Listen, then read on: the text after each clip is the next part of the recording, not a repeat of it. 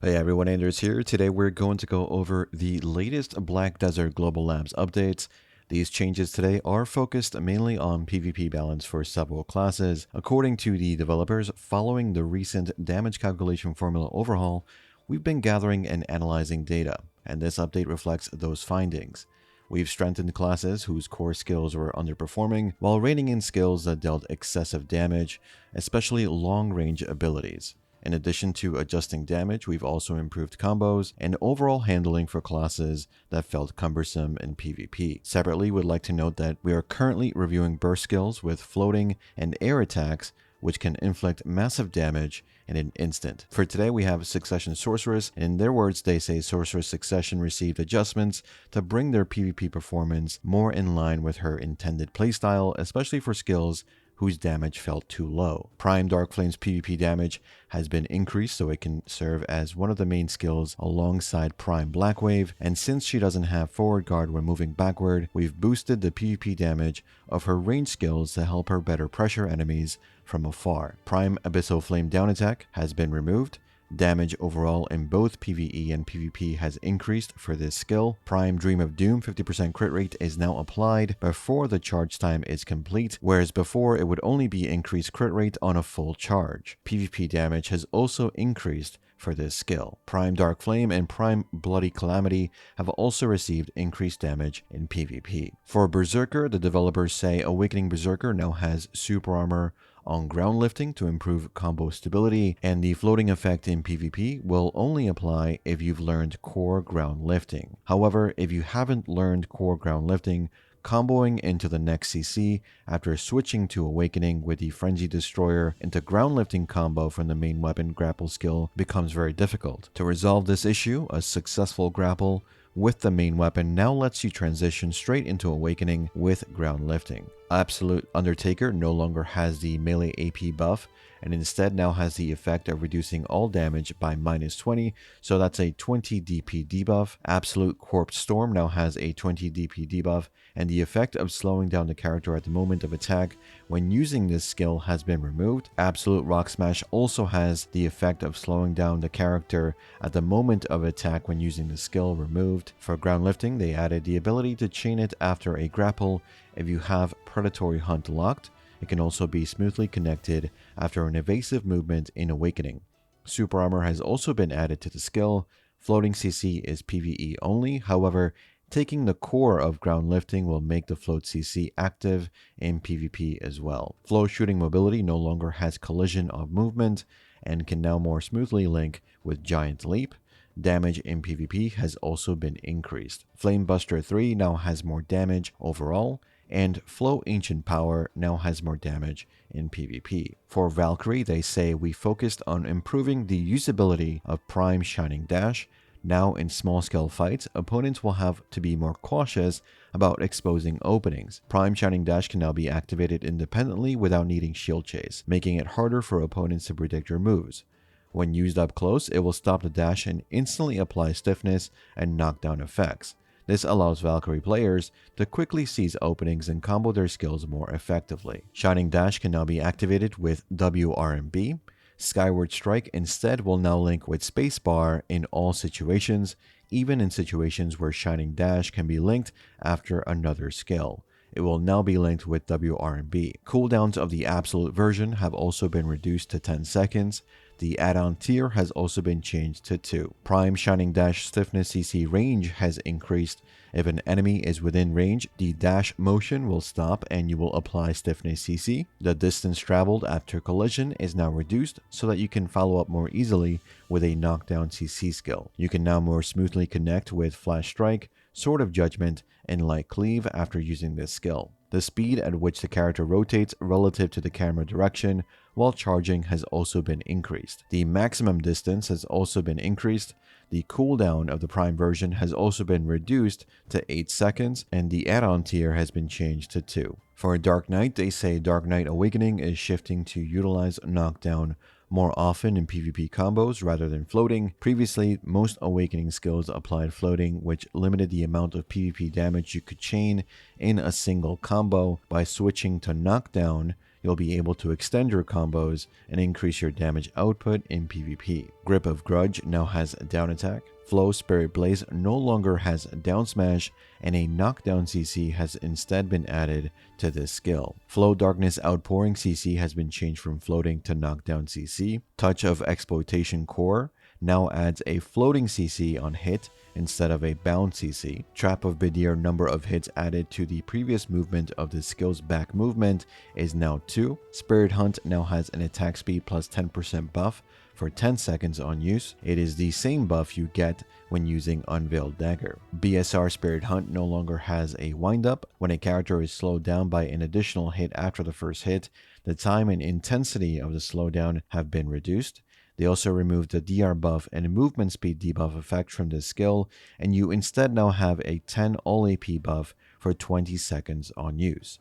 Damage of the additional hit has also increased for both PvE and PvP. For Lahn, they say with Lahn's Awakening, improvements have been made, so you won't have to rely solely on Soul Raid to pressure your enemies. You'll now have additional ways to strike at their weak points.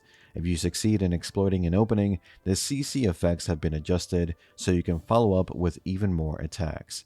Similar to the previous update improving Eradication, using Bloody Stride into Deadly Dance now retains some movement speed, while also giving you extra chances to attack enemies who've been knocked down.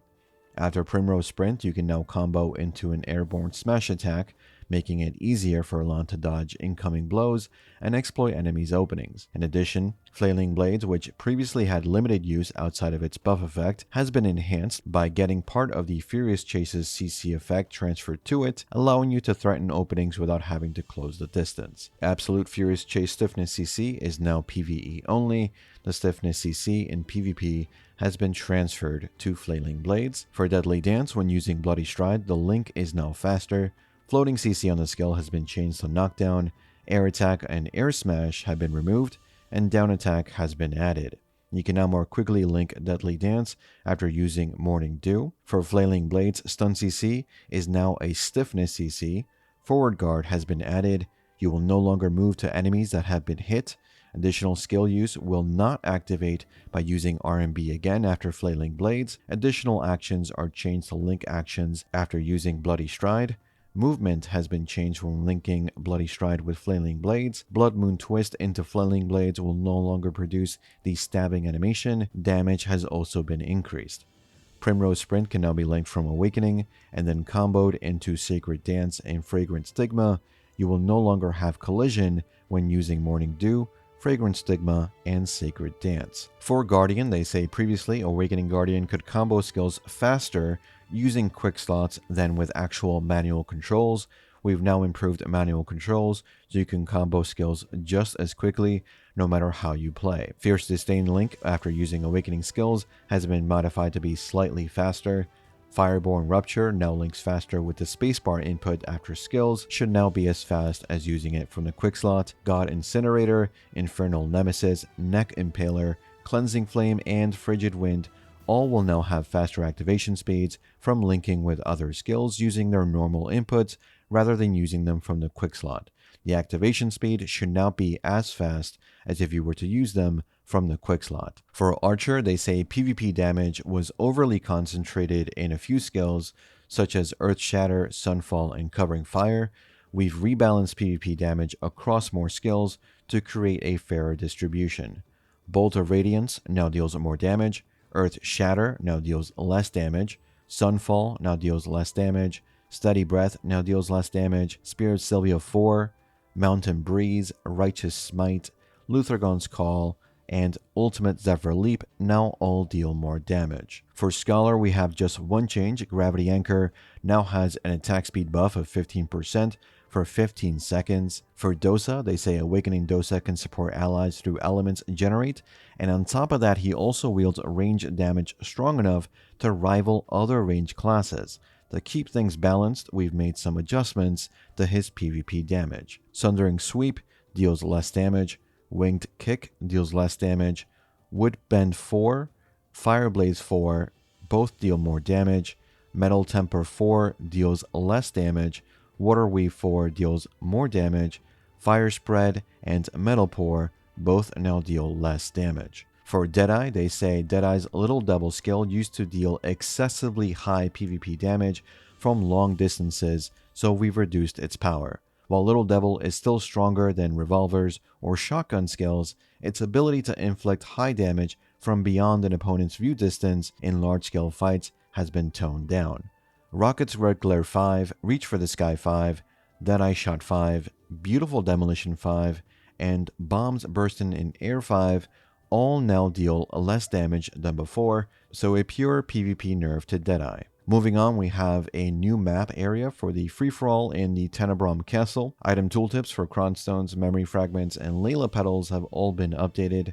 Monster Zone changes for Edania have also been added. For Zephyrus, the starting speed when the bonus gimmick is in progress has been improved by 60% compared to before. The bonus gimmick progress time has been improved to be 20% faster than before, however the number of monsters that appear is the same. The range at which Zephyrus Shadow Knight searches for Khafre's energy has also been increased, and they have also improved it to return accurately to its original location when there are no hostile targets. For Tenebron, the central altar has been changed to summon 4 stone tablets located around it. Due to this change, when entering a secret room, the stone tablet will no longer be created and will instead be summoned after 10 seconds. After striking the Cardian altar, the stone tablet's protection process has been improved to end without a cooldown when quickly defeating the monster group in the last wave. After the altar begins its protection process, the hunting grounds will now reset and the prophet remnants that appear in that phase are not killed within 5 minutes. The zone will also now reset if you move too far away. The range of gimmick-related messages exposed by the altar has been doubled compared to before, and the range at which surrounding monsters are stunned when defeating the remains of the ancient prophet has also been narrowed. For Etherion, when the bonus gimmick starts, it has been improved to grant high damage reduction for a short period of time. They have also added some new Edania quests to the region, and when defeating an Edania boss, knowledge has been improved to ensure that it is always obtained. Improvements have been made so that the family names of adventurers who have left the guild guestbook are no longer exposed in the blocked history. And that's all for this one. Let me know what you think about the PvP balance changes to classes today. Are you surprised? Were you hoping for more? Let me know in the comments. And as always, thanks for watching. Thanks for listening. I'll see you all in the next one. Take care.